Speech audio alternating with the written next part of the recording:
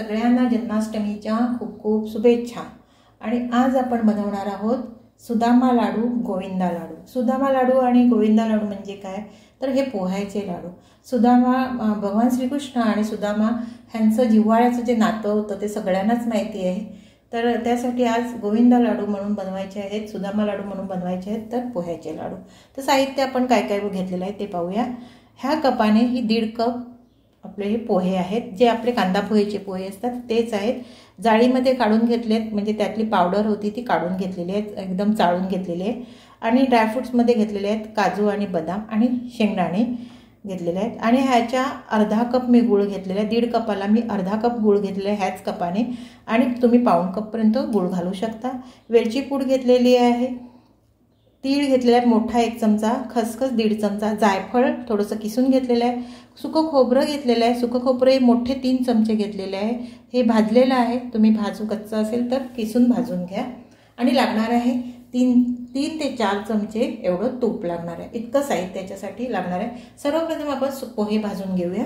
पोहे भाजण्यासाठी मी pan घेतलेला आहे आणि त्यामध्ये मी 1 चमचापेक्षा थोडं कमी, म्हणजे ह्या चमच्याने अर्धा चमचा मी साजूक तूप घालून घेतलेलं आहे। आणि आता त्यामध्ये हे पोहे घालून घ्यायचे आणि पोहे मस्त रंग बदलेपर्यंत भाजून घ्यायचे।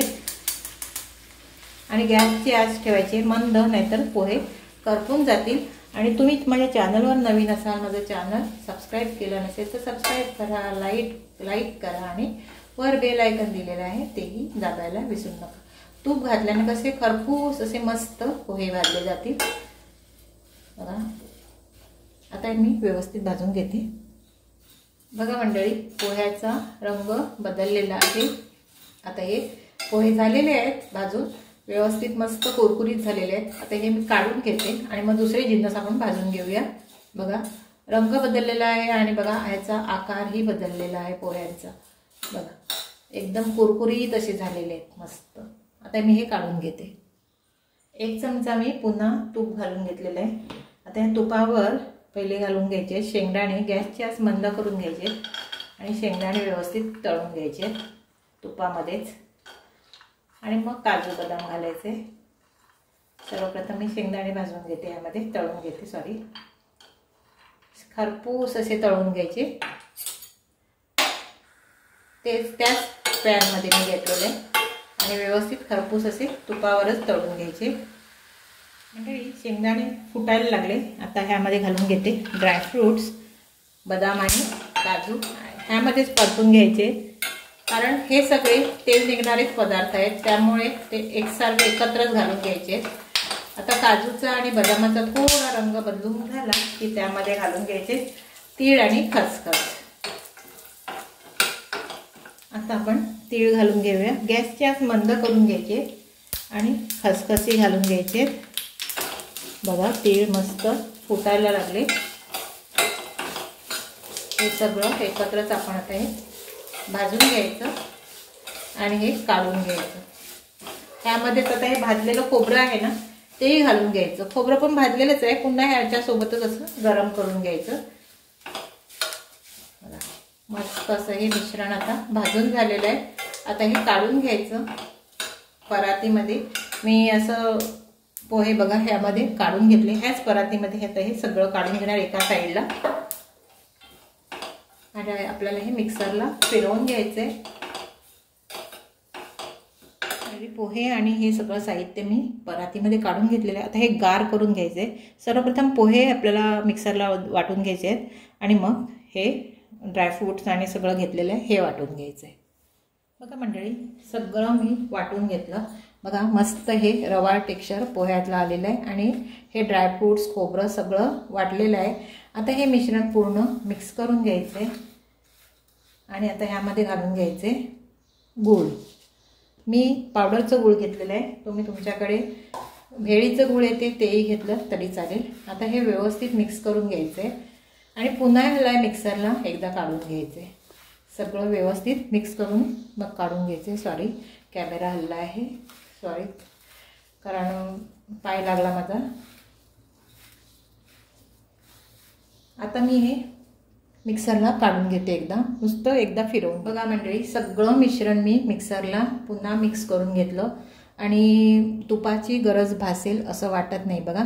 2 चमचे फक्त तूप लागलं ह्याला. आता ह्यामध्ये घालून घ्यायचे जायफळाची पावडर, म्हणजे जायफळ किसून घेतलेलं थोडंसं, आणि वेलची पावडर. हे वेलची पावडर आणि जायफळ नंतर घालायचं आणि असं व्यवस्थित मिश्रण मिक्स करून घ्यायचं. आणि सगळ्या लाडवाच्या मिश्रणाला रवाळ टेक्स्चर पाहिजे, एकदम पीठ पावडर करायचं नाही आणि ते होतही नाही, एकदम रवाळच राहतं. 2 वेळा पल्स मोडवर असं फिरवत 2-3 वेळा फिरवून घ्यायचं. आता बघा मस्त असं हे मिक्स करून झालं. आता आपण हे गोविंदा लाडू, सुदामा लाडू हे बनवायला वाळायला घेऊया. बघा तूप घालायची गरज भासत नाही बघा, सहजच वळले जातात असे हे लाडूची रेसिपी आहे बघा मस्त. आता आपण लाडू वाळून घेऊया. आता लाडूचा आकार तुम्हाला जितका हवा तुमच्या गरजेप्रमाणे तुम्ही ठेवू शकता. बघा मी इतका मोठा ठेवते. आणि आपल्या हाताची जशी उष्णता लागते तसं हे सगळं मिश्रण जे आहे, खोबरं, ड्रायफ्रूट्स वगैरे, ह्यामध्ये तेल असतं, त्यामुळे आपोआप त्याला तेल सुटलं जातं बघा. आणि आपोआपच घट्टसरपणा येतो.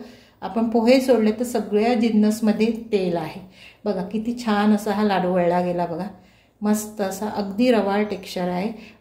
तुम्हाला ह्यावर लावायचं असल्यास तुम्ही चांदीचा वर्ख किंवा पिस्ताचे काप लावू शकता वरून. पण मी बघा असे बनवून आधी घेते. बघा किती छान झाला बघा.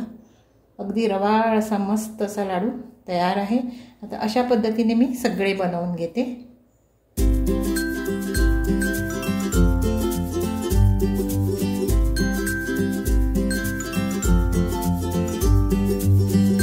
आवडली ना तुम्हाला सुदामा लाडू, गोविंदा लाडूची रेसिपी?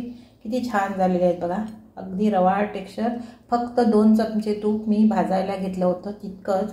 जर तुम्हाला तूप स्किप करायचं असेल तर तुम्ही गुळाचं प्रमाण वाढवू शकता आणि फक्त जे साहित्य भाजायचं ते तूप न घालता भाजू शकता. तर अशा पद्धतीने मी गूळ कमी घातलं, त्यामुळे मी तुपाचं प्रमाण घेतलेलं आहे.